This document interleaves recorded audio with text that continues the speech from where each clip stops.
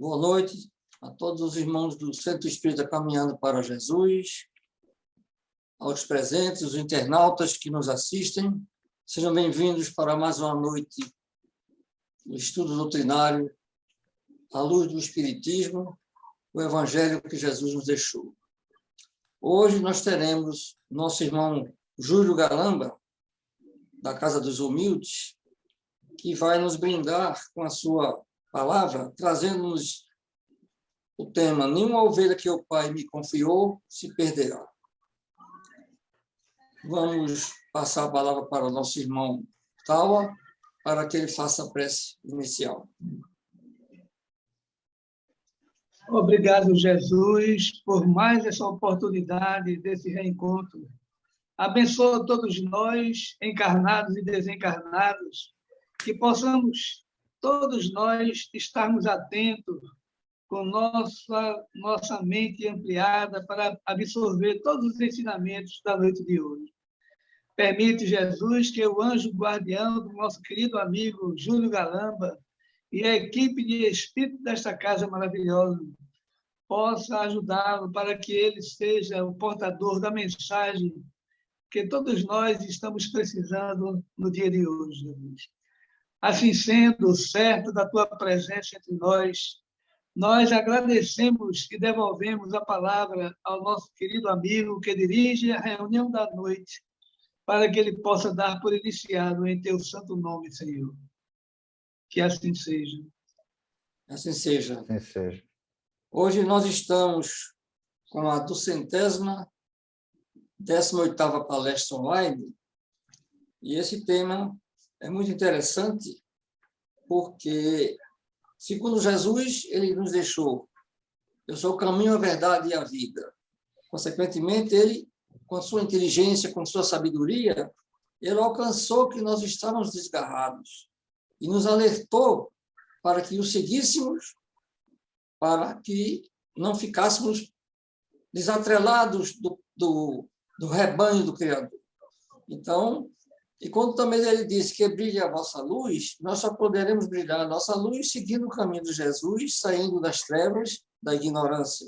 Então, é um tema onde Jesus deixa a sua mensagem, exortando-nos a todos a seguir como modelo e guia. Então, vamos passar a palavra ao nosso irmão Júlio, pedindo que os irmãos superiores lhe dêem a devida intuição para nos brindar com a sua palavra. Muita paz.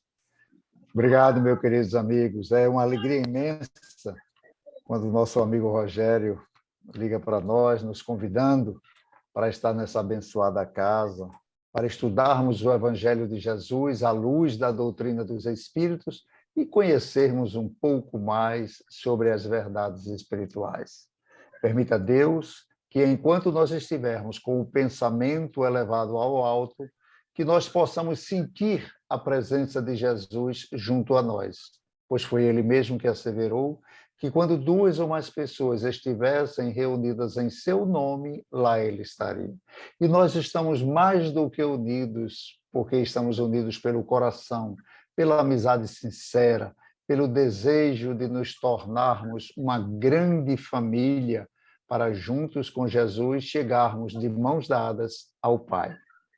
É realmente, como disse nosso amigo Luiz, essa mensagem dessa noite, né, esse convite que Jesus traz para nós, enchendo nossos corações de esperança, é muito significante. Porque a doutrina espírita, ela traz para nós, né, que Deus criou todos os homens e mulheres iguais, todos iguais, simples e ignorantes. É muito importante a doutrina espírita trazer isso para nós, porque às vezes a gente vê determinados irmãos nossos numa situação tão deplorável na sua dignidade moral, na sua condição de sobrevivência, que se nós não tivermos um conhecimento profundo da bondade e da misericórdia de Deus e da sua justiça, nós perdemos a fé. Muitos não ligam para isso porque aquela pessoa que está naquela situação não faz parte da sua família. Então, é mais um que não estudou, é mais um que se envolveu com os vícios, que se prostituiu e que se perdeu. Mas Jesus, esse nosso grande amigo, esse irmão maior, tão grande que às vezes a gente dá vontade de chamá-lo de pai, ele asseverou, né, que nenhum de nós vai se perder. Ele vai atrás de todos. Então, essa ignorância nossa, ela vai se dissipando ao tempo, porque Deus nos criou com um único objetivo, nós sermos perfeitos. E nós vamos ser, porque quem pode mais do que Deus?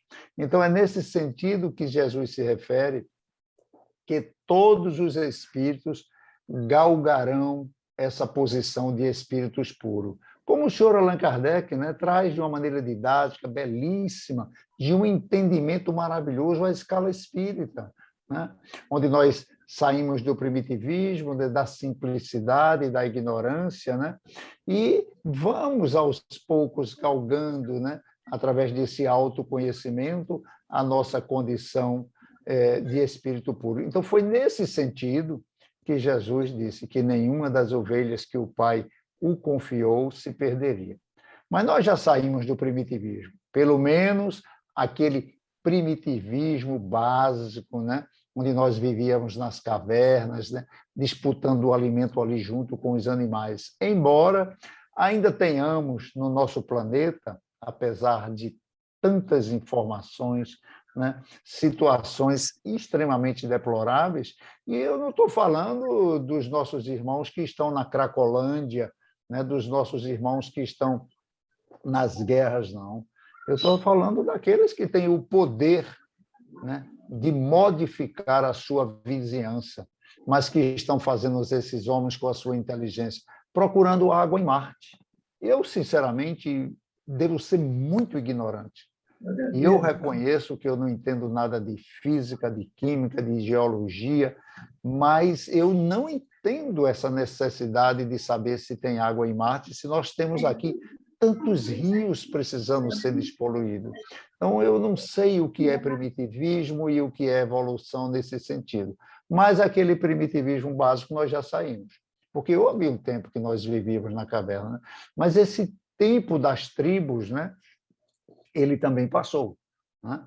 Nós tivemos o tempo das tribos de Israel, que, apesar de ter sido um tempo nas civilizações, ainda era um tempo que carecia da lei do amor, né? Mas esse tempo das cavernas ele vai passando. E a bondade do Criador, ele vai sempre permitindo que missionários nos trouxessem projetos educacionais, né? Projetos aonde nós tivéssemos um norte a ser seguido, né? E para essa educação, para que nós entendamos que somos todos irmãos, somos filhos de um único Criador, né? Deus permitiu que nós recebêssemos, através de Moisés, essa revelação, né, sobre as leis que regem o universo, as leis que regem a nossa paternidade, né?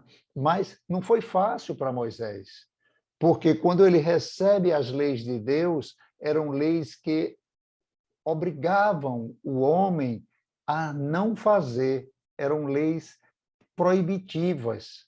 Elas não davam liberdade para o homem fazer, elas proibiam o homem de fazer. Mas, naquele aspecto primitivo, o homem ainda era muito gerido pelos instintos. Então, como você, através de uma lei, dizer a um homem que ele não matasse alguém que tinha acabado de tirar a vida de um ente querido seu?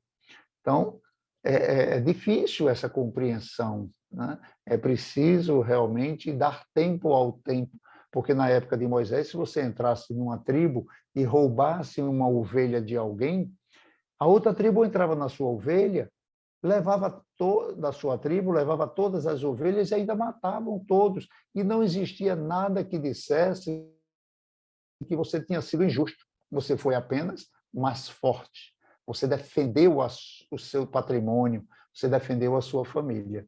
Daí Moisés tem inserido a lei de Italião, olho por olho, dente por dente, porque ficou mais justa a violência. Mas essa justiça foi atribuída a Deus, tornando Deus vingativo, né? Então, vejam que o processo precisa de séculos para se estabelecer, mesmo ainda aquelas que iriam enfrentar a dureza do nosso coração, né? Mas o Criador não entrega a obra acabada, né? Ele vai dando o material. E no uso do nosso livre-arbítrio é que nós mesmos vamos identificando aquela atitude que está trazendo sofrimento para nós e aquela atitude que está trazendo felicidade para nós. Então, instintivamente, né, ninguém quer sofrer, ninguém quer ser carrasco de si mesmo. Então, nós vamos também tomando as nossas decisões, né?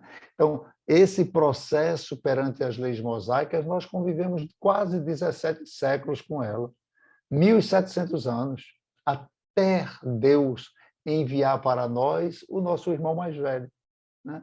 Trazer para nós esse irmão querido que nos trouxe a boa nova, mas ele não apenas trouxe, feito Moisés trouxe, os 10 mandamentos, ele vivenciou essa lei de amor. Porque no tempo de Jesus, a multidão caminhava léguas para se encontrar com o Mestre, curas eram realizadas, né? Os cegos voltavam a ver, os paralíticos, né, andavam, os leprosos eram curados quase que automaticamente, né? Então, Jesus trouxe, assim, uma visão de um Deus que atingia o homem imediatamente, trazendo esperança, trazendo fé, confiança, um Deus que trazia sentido para a vida, né?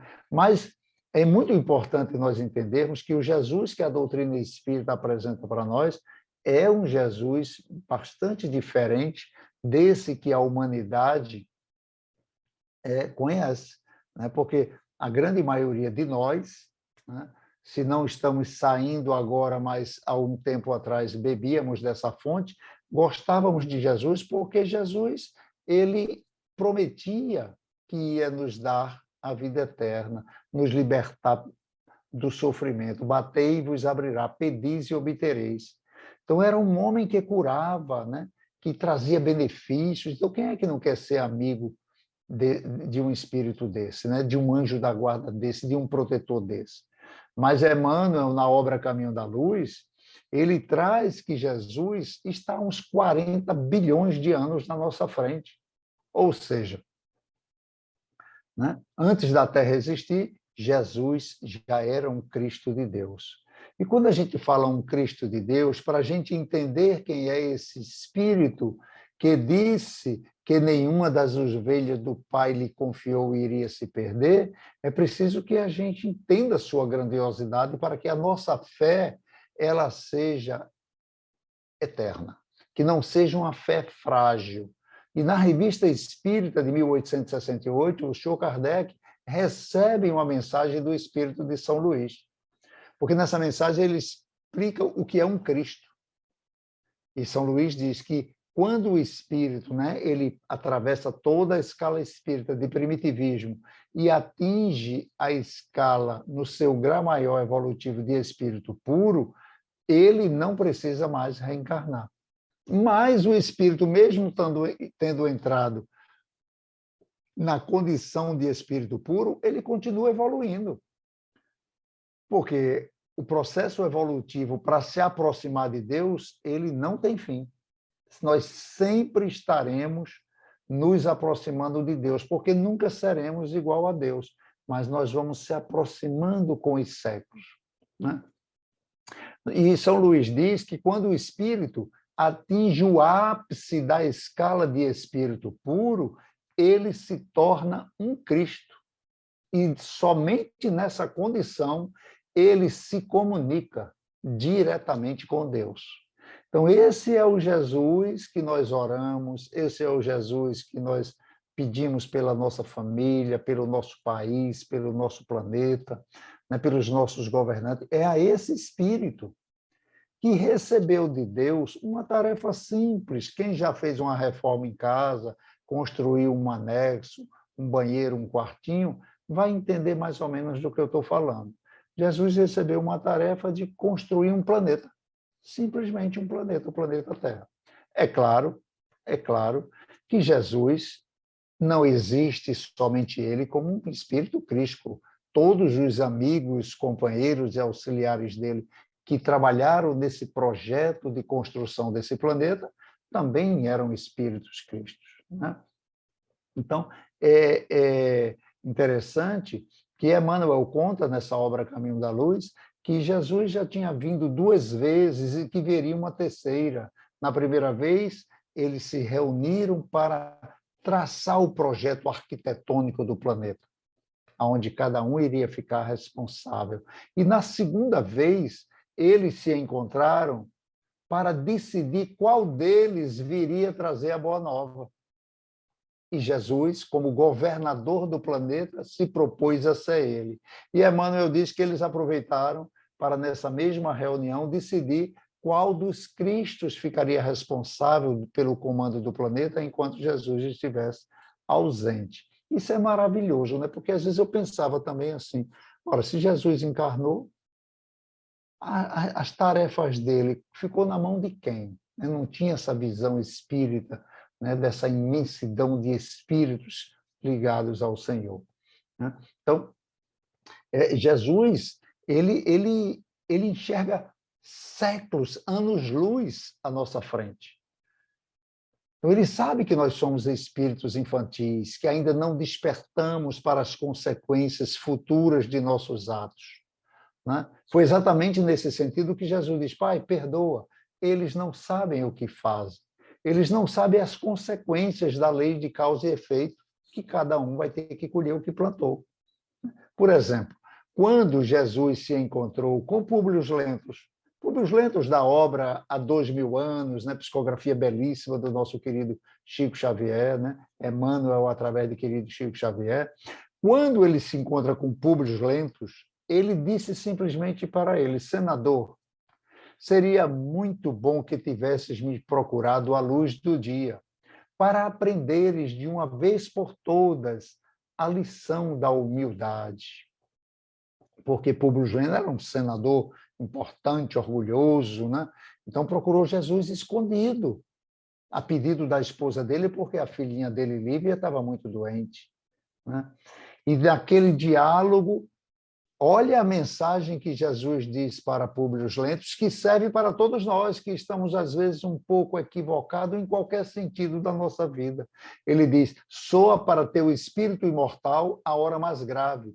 Encontras-te, neste momento, em um ponto de renovação. Está em teu querer seguir-me agora ou daqui a milênios, né? Porque naquela época em que todos olhavam e diziam, lá vem um senador romano. Jesus olhava e dizia, lá vem Emmanuel. Porque é o mesmo espírito, né? Emmanuel e Públio Lentulus. Mas Jesus já enxergava ali a grandiosidade daquele senador, daí tratá-lo com carinho e fazer esse convite a ele, né? E o senador Públio Lentulus claudicou muito para poder aceitar esse convite de Jesus. Então, é nesse processo que a gente vai entendendo como é que Deus vai esperando pacientemente que nós possamos tomar a nossa decisão de sermos espíritas verdadeiros, né? De estarmos presos a Kardec, presos a Jesus, aos postulados dessa doutrina, que nós ainda vamos passar muitas encarnações para entender a sua grandiosidade, né? Tanto é que na segunda revelação, Jesus, quando está para partir, ele diz que vai nos enviar um outro Consolador. Mas quando a doutrina espírita é concluída, não está nos oferecendo mais nada depois dela, porque nós ainda vamos ter muitos e muitos séculos para entender a luz que brilha dessa revelação, não é? Então, na obra Ainda Caminho da Luz, né, também, como diz Chico, né, rezam as afirmativas do mundo espiritual que há uma comunidade de espíritos puros e eleitos do Senhor, eleitos supremos da vida, em cujas mãos estão as rédeas de todos os fenômenos do sistema.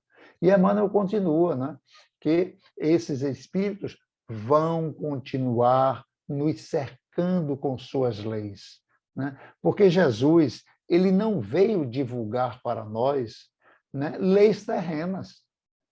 Essas leis terrenas elas iam ser descobertas pela própria evolução da ciência, né?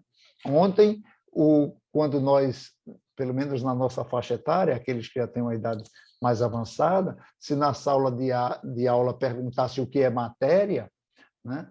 Então a resposta tinha que ser: é aquilo que é palpável, é aquilo que você não pode penetrar, né? É impenetrável, né? Hoje a ciência já revela para nós, né, que a luz é matéria, o pensamento é matéria, né? E ela pode penetrar, sim, e pode ser penetrada.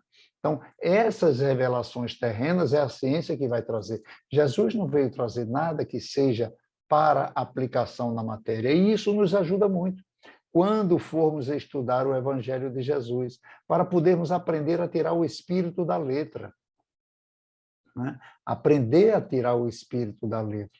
Quando Jesus disse: quando te baterem numa face, mostra a outra, né? Se a gente não tirar o espírito da letra, a gente vai sair apanhando de todo mundo por aí, né? Então, a doutrina espírita ela traz para nós essa sutileza de colocar Jesus perante as leis espirituais, né? Porque Jesus veio trazer para nós leis universais.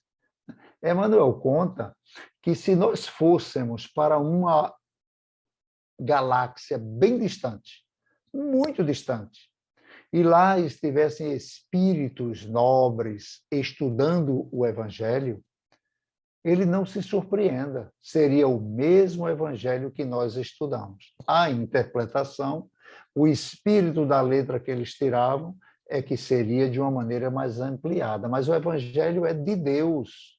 O Evangelho não é de Jesus, é o Evangelho de Deus, porque Jesus veio trazer para nós a palavra de Deus, né? Nada posso sem a permissão do meu Pai. Então, é isso, essas informações, elas trazem para nós uma responsabilidade imensa. Porque muitas vezes a gente está naquele dia mais triste, mais deprimido, né? Meu Deus, o que é que eu tenho que fazer? E o Evangelho na ponta da mesa ali, parado, fechado. Vai ler o Evangelho, né? Vai encher a tua alma ali de informações eternas, porque em Mateus, no capítulo 9, versículo 10 a 12, Jesus senta para se comer com pecadores, cobradores de impostos. Os fariseus diziam a seus discípulos: por que ele come com vossos mestres, com os publicanos e os pecadores? Aí Jesus, ouvindo isso, disse: não são os médicos, os que não têm necessidade e que precisam de médicos, e sim os enfermos. Porque Jesus veio para os doentes. Eu vim para que nenhuma das ovelhas que o Pai me confiou se perca. Porque eu sou o bom pastor. Eu vim dar a vida por todos vós. Então, ainda que sejamos a ovelha machucada, ferida, maltratada, Jesus, o bom pastor, ele dá a vida para nos curar, para curar o nosso coração, para restituir a nossa fé na imortalidade da alma, porque ele mesmo testemunhou a imortalidade da alma no terceiro dia, né? Ele mesmo testemunhou que é possível, sim, amar um inimigo. A grande dificuldade nossa, da humanidade, né, em seguir Jesus, é essa dificuldade de entender que o mal que trazem para mim não me faz mal. O único mal que me faz mal é o mal que nós fazemos aos outros. Então, nós selecionamos quem é o nosso próximo, né? Quando o doutor da lei pergunta para ele qual o maior mandamento, e ele diz: como a lei? Como a lei? Porque os judeus eles liam de uma maneira e interpretavam de outra. Então, Jesus pergunta: como a lei? Amarás o teu Deus de todo o coração, de todo o teu entendimento. Eis o primeiro mandamento. E o segundo: ama o próximo como a ti mesmo. Então, Jesus diz: faze o mesmo, né? E serás feliz, terás vida eterna. Mas ele, né, queriam sempre procurar Jesus numa armadilha. Eles nunca tiveram a intenção de realmente interpretar, tirar o espírito da letra do Evangelho de Jesus. E sim, de tirá-lo do caminho, afastá-lo do caminho, porque eles viam que Jesus tinha uma luz diferenciada da nossa. Então, aí quando ele pergunta, e quem é meu próximo? E aí Jesus, sabiamente, né? Sabiamente, sabia que eles tinham uma contenda contra os samaritanos, né? Era uma disputa ferrenha, a ponto de se matarem mesmo, de se odiarem. Jesus traz a palavra do bom samaritano. Ora, por que Jesus não trouxe a palavra do samaritano? Trouxe do bom samaritano? Porque existia como existe em todas as religiões, em todos os graus da sociedade, os bons e os maus. Os bons e os maus. Bons espíritas, bons católicos, bons evangélicos, bons samaritanos, como existem os maus, que são aqueles que, né, como estou agora, né, pregando, trazendo a palavra com vocês, está muito fácil. Fizeram uma prece por mim, pediram para a espiritualidade da amiga me abençoar, me intuir, me envolver. Está uma maravilha. Eu quero ver Júlio no trânsito, numa fila de supermercado, né? Numa turbulência dentro de um avião, né? Como Chico Xavier passou. Né? Então, é nessa hora que nós temos que fazer o que Luiz, na prece inicial, falou, né? Acender a nossa luz. A luz ela tem que ser acesa nessa hora, e é nessa hora que nós vamos nos autoconhecer. Até que ponto eu sou um cristão? Né? Porque ser cristão tem que dar o testemunho. Os primeiros cristãos, eles precisavam dar testemunho com sua própria vida, devorado pelos leões, apedrejamento, a crucificação. Jesus não foi o único crucificado. Crucificação era uma punição para os ladrões. Tanto é que Jesus foi crucificado no meio de 2 ladrões, né? De pecadores, criminosos. Né? Então, a doutrina espírita, ela abre a nossa visão, mas ela abre também a nossa responsabilidade. É por isso que muitos fogem. Não, isso não me interessa, eu não gosto dessas coisas, porque você vai sendo envolvido nessa lei, e essa lei ela vai lhe puxando para o Pai, porque Deus quer todos juntos dele. E Jesus, quando sente que você deu uma brecha, ele puxa a ovelha para mais perto dele. E quando a gente menos espera, num dia de sexta-feira à noite, estamos aqui. Graças também à tecnologia, né? Podendo vibrar um pelo outro, e nós sabemos que não existe distância para corações que se querem bem. Eu sinto a vibração de vocês entrar na minha casa. Preparei já o ambiente para que ela se tornasse um grande salão do Caminhando para Jesus, para que os espíritos pudessem se sentir em casa e que minha casa se sentisse merecedora da presença dos protetores dessa abençoada casa. Então, Jesus ele era sempre visto junto das prostitutas, né? As garotas de programa daquela época e dos cobradores de propina. Cobradores de propina que a gente vê nos dias de hoje, vê quantos séculos e ainda existem os cobradores de propina. Zaqueu é um grande exemplo disso. Zaqueu ficou muito rico porque ele não era porque ele era cobrador de imposto, não, porque os impostos iam para César. É porque ele cobrava um pouquinho a mais. E esse pouquinho a mais, né, era o caixa 2, que ficava para ele. Ele é muito rico, mas um dia a consciência dele acusou ele, né, condenou ele. Agora imagine Pedro, um judeu ortodoxo, um homem sério, né? Porque Pedro frequentava as sinagogas, Pedro ouvia a palavra da Torá, né? Então, ele, quando depois que é envolvido por Jesus, ele fica encantado. Quem, quando se tornou espírita, não começou a convidar os amigos para ir para o centro espírita, a distribuir mensagens, né? A mandar palestras para os amigos, a gente queria que todo mundo fosse espírita. Então, Pedro chama aqueles amigos dele, lá dos sinédrios, né? Aqueles doutores da lei, para apresentar o mestre dele. Quando eles chegam, Jesus está sentado no meio de prostitutas, ladrões, cobradores de impostos, e ele diz, esse é teu mestre? Nossos mestres se vestem de branco, ficam na sinagoga, não se mistura com pecadores. Aí Jesus escuta aquilo, olha para o grupo com aquele olhar amoroso, o mesmo olhar que ele dirigiu àqueles homens que estavam com as pedras na mão para atingirem a mulher adúltera. Jesus olhou para ele com tanto carinho, com tanto amor, que eles soltaram as pedras. Ficaram desarmados. Foi com esse olhar que Jesus olhou para aqueles homens e enxergou ali 3 grupos. O grupo que ele estava conversando, um outro grupo que estava mais próximos e o terceiro grupo que Pedro tinha trazido. No primeiro grupo eram os patriarcas, os anciões, os homens tradicionais, alguns até fanáticos, mas eles eram pais de famílias, respeitáveis, homens que trabalhavam para sustentar suas famílias. O segundo grupo eram pastores, homens rudes, cheirando a ovelhas, que cuidavam daqueles pequenos rebanhos, lutando pela sua sobrevivência. Eles, né, viviam impregnados por aquele cheiro que o pasto lhe passava para eles. E no terceiro grupo, Jesus vê as mulheres, algumas equivocadas, mas todas eram donas de casas, mulheres amorosas, cuidavam dos seus filhos, cuidavam do lar, da organização do lar, da educação dos filhos, né, na ausência dos homens, principalmente.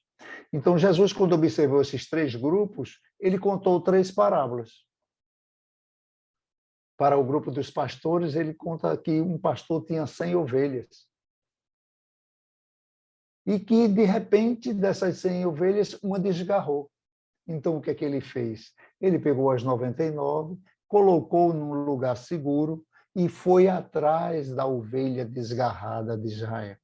Quando Jesus narrou essa parábola, eles entenderam que Jesus estava falando das garotas de programa, dos cobradores de propina, que estavam desgarrados da palavra de Deus, que estavam afastados da lei, porque a lei era muito conhecida por todos eles. Então, quando Jesus traz exemplos da sociedade, ficou fácil identificar. E Jesus diz que nenhum deles será condenado. Porque foi assim que ele fez com a mulher adúltera. Nenhuma condenação. Cadê aqueles que querem te condenar? Eles se foram seu, eu também não te condenarei. Agora, você vai e não tornes a pecar. Nós já fomos, todos nós já fomos. Um dia Jesus falou nas nossas almas, nas nossas consciências. E agora voltamos. Cabe a nós agora orar e vigiar, para que a tentação não nos afaste mais uma vez do bom caminho. Então Jesus olha para o segundo grupo, o grupo das mulheres, daquelas mães sofridas, e conta a parábola da dracma perdida. Diz que uma mulher perdeu uma dracma dentro de casa e ficou desesperada, correndo para achar essa dracma. Dracma era uma moeda pequenininha, furada no meio, que as mulheres usavam para fazer colar. Engraçado que Haroldo Dutra, ele conta uma história bem interessante com relação... Ele é juiz de direito, né?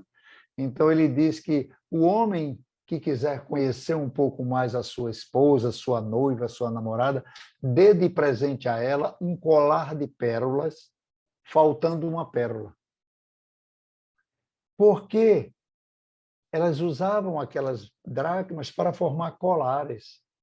E quando Jesus traz a importância dessa última pérola, todos entenderam que todos nós fazemos parte do colar da criação de Deus. E enquanto estiver faltando uma, ele não descansará. Todos somos filhos de um único Pai, porque eles já entendiam assim. Eles já entendiam que nós éramos filhos de um único Pai. Eles faziam discriminações por questões pessoais, mas sabiam que somos todos irmãos. Então Jesus se vira para o terceiro grupo. E nesse terceiro grupo, ele vê aqueles que condenam as pessoas que eles reconhecem fora da lei. Eram pessoas sérias, mas eram rígidos com a lei para aplicar nos outros. e não aplicar em si mesmo. Então, eles traziam o Deus que pune, o Deus que castiga. Então, Jesus traz para eles a parábola do filho pródigo. Diz que um homem tinha 2 filhos e o mais jovem pede a herança adiantada, porque era da lei judaica. Eu não sei se hoje ainda é assim, mas que o filho, em qualquer idade, pedisse ao pai a herança para usufruí-la enquanto tivesse saúde e não esperar que o pai ficasse velhinho, morresse, para poder ele lá, já com a idade avançada também, começar a usufruir, né? Então, o pai dá a herança ao filho mais jovem. Agora, jovem, bonito, saudável, não era evangelizado e rico, não é fácil a gente aqui dizer o que é que aconteceu com ele. Aconteceria com qualquer um de nós. Hoje ainda, mesmo depois da primeira revelação, depois da segunda revelação e depois da terceira revelação. Fazendo só um parênteses, essa semana passada veio um amigo meu passar um final de semana aqui, ele veio de Natal, muito querido, irmão de coração, e aí eu disse, mas rapaz, ele deu uma saída aqui assim na várzea, foi ali, ele foi fazer uma fé na loteria. Quando ele voltou, eu disse, mas rapaz, tu não sabe que se Deus quisesse que a gente tivesse dinheiro, a gente tinha... Qual era a dificuldade para Deus colocar a gente para nascer numa família bastarda, uma família rica, que tivesse todas as condições? Se a gente veio nessa condição, é para a gente ganhar o pão de cada dia com o suor do nosso rosto. Ter a nossa moradia, ter o nosso veículo de transporte, né? Ter os livros nas nossas mãos, escola para os nossos filhos, mas tudo isso dentro de uma simplicidade que nós precisamos aprender a viver com ela. Não, eu estou jogando porque eu quero doar para os necessitados. E aí eu dei a liberdade, meu irmão de coração, eu disse, meu amigo, se Deus quisesse dar uma loteria para os necessitados, por que ele não procurou Dom Helder, Chico Xavier, Irmã Dulce, Madre Teresa? Por que ele vai procurar Júlio? A pessoa bate palma aqui na minha porta, eu olho assim pela brecha, eu vou ou não vou? Vou ou não vou? Eu vou. Pois não, era um copo d'água. Mas você fica naquela dúvida, vou ou não vou, vou ou não vou, querendo arrumar uma justificativa para não sair do sofá, né? Não, pode ser um ladrão, pode ser... A gente fica criando medos. É preguiça ainda, é comodismo. Então, Deus vai colocar uma loteria na minha mão para eu fazer a caridade para quem? Vai, depois que eu der 3 voltas ao mundo, aí eu vou ver se eu gasto com alguém alguma coisa. Quem não dá pouco, não vai dar muito. Então, o que é que acontece, né? Esse filho pródigo, logicamente, o que é que ele fez com toda a riqueza? Em pouco tempo ele estava na sarjeta, disputando o alimento ali com os animais na sarjeta. Mas depois de muito cansado, e essa mensagem para nós é muito importante, principalmente para aqueles que às vezes têm desânimo, ideia de tirar a própria vida, nem reflete de que é imortal, não vai morrer nunca. Porque a maior decepção para um suicida é reconhecer que não morreu, que continua com a mesma dor e agora ampliada pelo remorso. Então, esse filho, quando estava na sua dor profunda, ele se lembrou que tinha um pai e que o pai dele sempre foi muito bom com ele. Então, ele voltou para casa e foi recebido em festa. O filho que ficou em casa, ajudando o pai na labuta, ficou revoltado porque o pai mandou matar uma novilha, de tão feliz que ele estava, porque o filho dele estava perdido e agora ele achou o filho dele. Emmanuel chama essa parábola de a parábola do filho egoísta. Mas é importante a gente entender que o pai recebeu esse filho com toda a alegria, com toda a fartura, não é só porque ele voltou, não. Porque nós nunca vamos ser desgarrados do Pai. Nós é que nos apartamos dele com o nosso egoísmo, com o nosso egocentrismo, né? Com a nossa vaidade, com a nossa loucura, com a nossa autossuficiência, mas ele nunca se apartará de nós. É nesse sentido que Jesus diz. Ele nunca vai largar um de nós. Nunca vai largar um de nós, como diz aquela passagem, né? Pegadas na areia, que o jovem vem andando pela areia, e depois ele olha para trás e vê as pegadas na areia. E ele vê que de lado das suas pegadas também tem duas pegadas. E ele identifica ali, por intuição, que eram as pegadas de Jesus ao lado das pegadas, passando por toda a vida dele. Mas o que inquietou ele é que nos momentos mais difíceis da vida dele só tinha um par de pegada na areia. Então, assim, tomado de súbito, sem refletir, porque não entendemos ainda que Jesus jamais se aparta de nós, ele disse: mas, Senhor, nos dias mais difíceis da minha vida, tu me abandonaste. E aí aquela voz gostosa, suave, aquela voz que conversou com Paulo na estrada de Damasco: meu filho amado, eu te amo demais. As ovelhas que o Pai me confiou, eu jamais me apartarei delas. Nos dias mais difíceis da tua vida, que tu vê apenas um pé de pegadas na areia, foi nessa hora que eu te coloquei nos braços. Então, exercer a gratidão. Às vezes a gente cai e quebra um braço, mas Jesus nos aparou de tal maneira que impediu de quebrar as duas pernas e o outro braço. Sempre dá graças em tudo, como diz o Eclesiastes. Dar graça em tudo. Então, esse filho, ele se sentiu abraçado e acolhido pelo pai, porque ele chegou com humildade. Ele não chegou exigindo seus direitos porque pagava o dízimo, porque eu era espírita, eu pregava o evangelho, eu aplicava passe, eu exercia a mediunidade, eu frequentava hospitais, então eu agora tenho que ir direto para o nosso lar. Não. Ele disse: meu pai, eu quero apenas um cantinho para deitar a minha cabeça na noite de sono.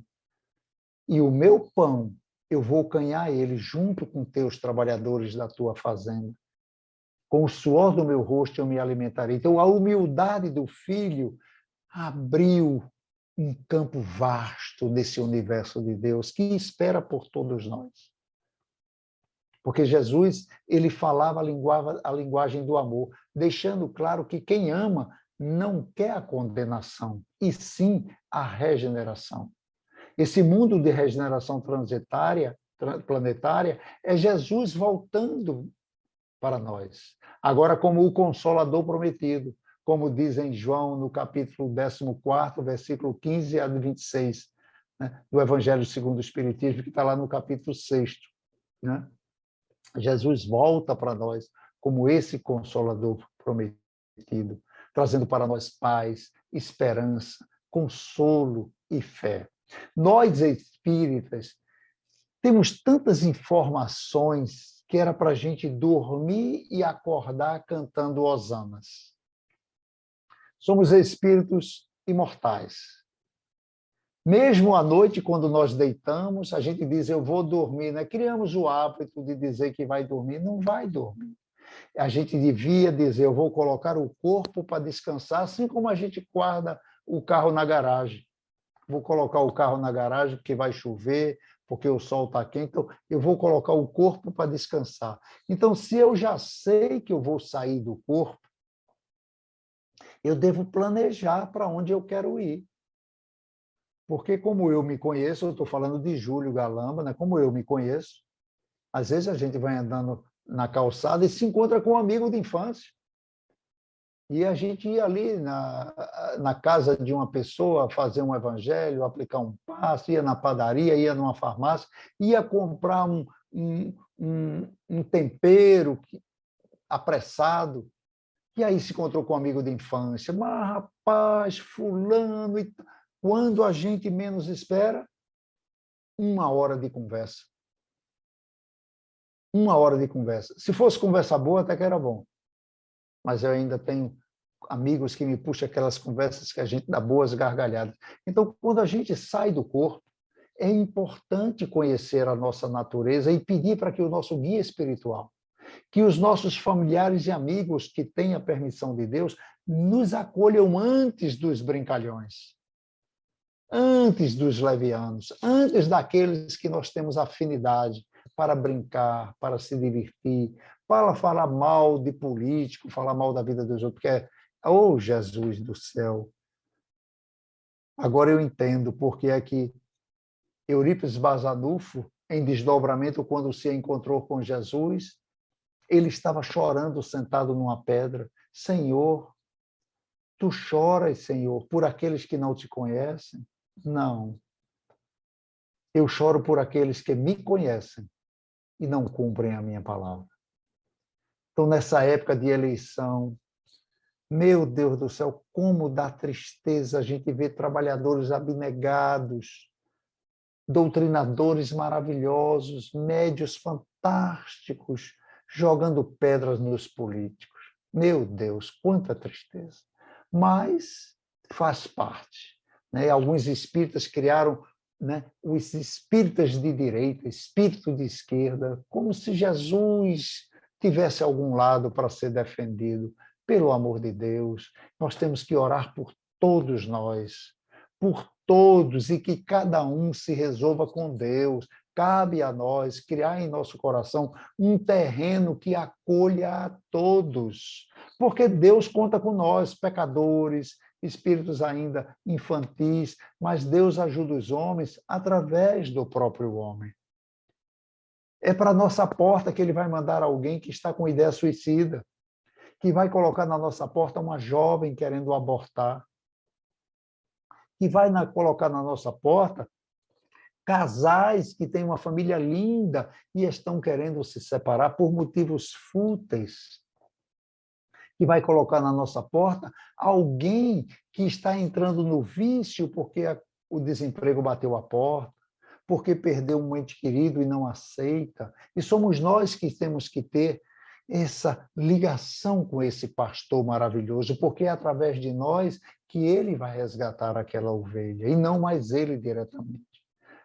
Então, precisamos ter essa consciência de orar e vigiar, aproveitar mais as noites de sono para reuniões como essa, que todos nós estamos nos sentindo tocados pelos espíritos que estão dizendo: continuem estudando, continuem perseverando, porque Jesus está atraindo todos nós para junto dele. E esse deve ser o desejo de todos nós. Um dia, plagiar o nosso querido Paulo de Tarso. Vai demorar, eu sei, mas não importa, nós temos a eternidade. André Luiz diz que nós temos um bom tempo para chegarmos de corpo e alma a Jesus, a eternidade. E o apóstolo Paulo, depois de sua luta, depois de seus testemunhos, disse: Senhor, já não sou eu quem vivo, mas és tu que vive em mim. Nós vamos fazer isso.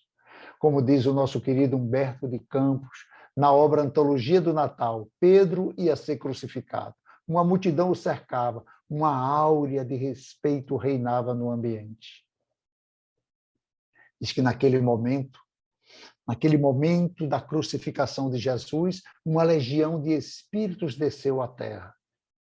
E ficam ali cantando hosanas para o Senhor, alguns passando bálsamos nas suas feridas, alguns ali afrouxando aquela coroa de espinho da sua cabeça. De repente, surge um anjo solitário. Ele coloca a cabeça no peito de Jesus. Jesus começa a balbuciar alguma coisa para o anjo, que sai apressadamente. Jesus pede para ele ir consolar Judas, que acabara de suicidar-se. Então, a terceira vinda do Mestre nos chega como o Consolador prometido. Jesus será sempre o Consolador que a doutrina espírita nos ensinou a amar.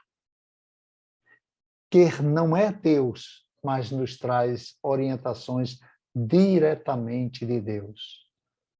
Porque, segundo Eurípides Barçanufo, Deus se revela na natureza, sua filha, nossa mãe. Na poesia da criação, na criança que sorri, no mendigo que implora, na mão que assiste, na mãe que vela, no pai que instrui, no apóstolo que evangeliza. Deus se revela no amor da esposa, no afeto do filho, na estima da irmã, na misericórdia do indulgente, na fé do ímpio, na esperança dos povos, na caridade dos bons.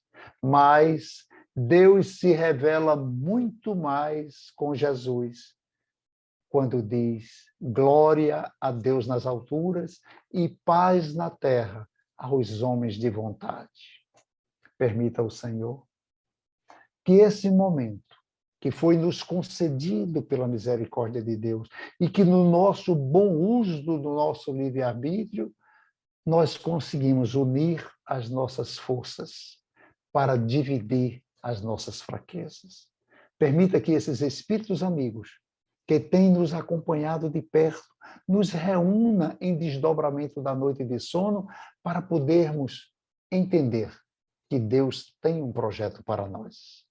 E que esse projeto é um projeto de sermos servos de Jesus e não mais uma ovelha que está dando trabalho para ele nos perseguir.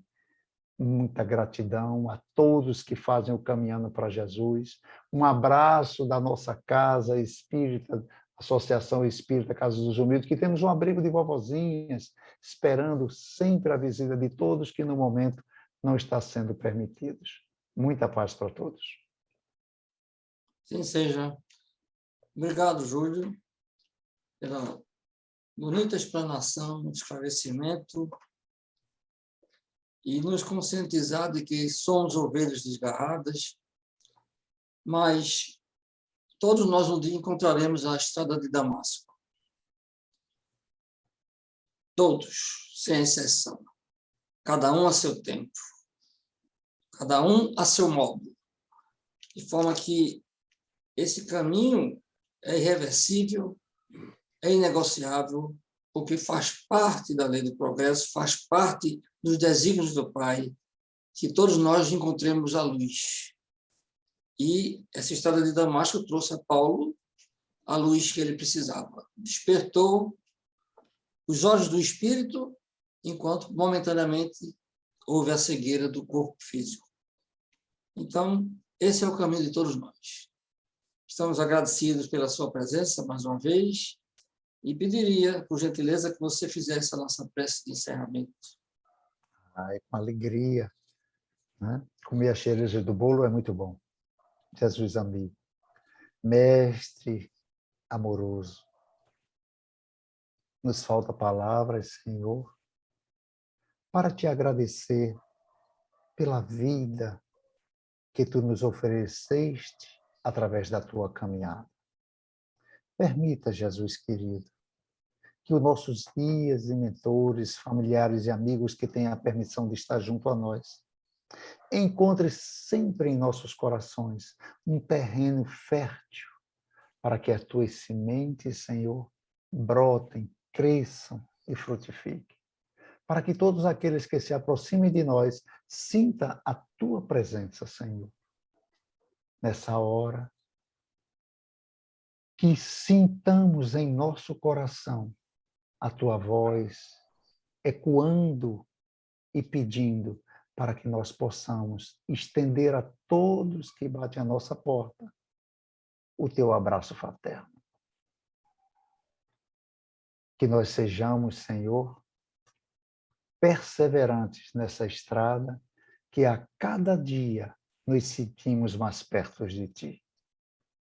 Que nos nossos tropeços, que nas nossas quedas que ainda vão acontecer, que nós possamos tirar delas as boas lições. Ilumine a todos, Senhor, que faz essa abençoada casa, o Caminhando para Jesus, e todos os seus trabalhadores, a fim de que eles continuem, Senhor, nos dando a oportunidade de aprender a servir. Assim seja. Assim seja. E concluindo os trabalhos da noite, ainda no regozijo dos 70 anos da nossa casa, ocorrido em junho, como nós dizemos sempre, 70 anos de vida, 70 anos de luz, 70 anos do pão espiritual. Estamos concluindo o ano com esse júbilo, com essa felicidade incontida. Aqueles que estão ainda sob tratamento, por favor, permaneçam harmonizados para que sejam beneficiados do segundo horário. Uma boa noite e muita paz para todos.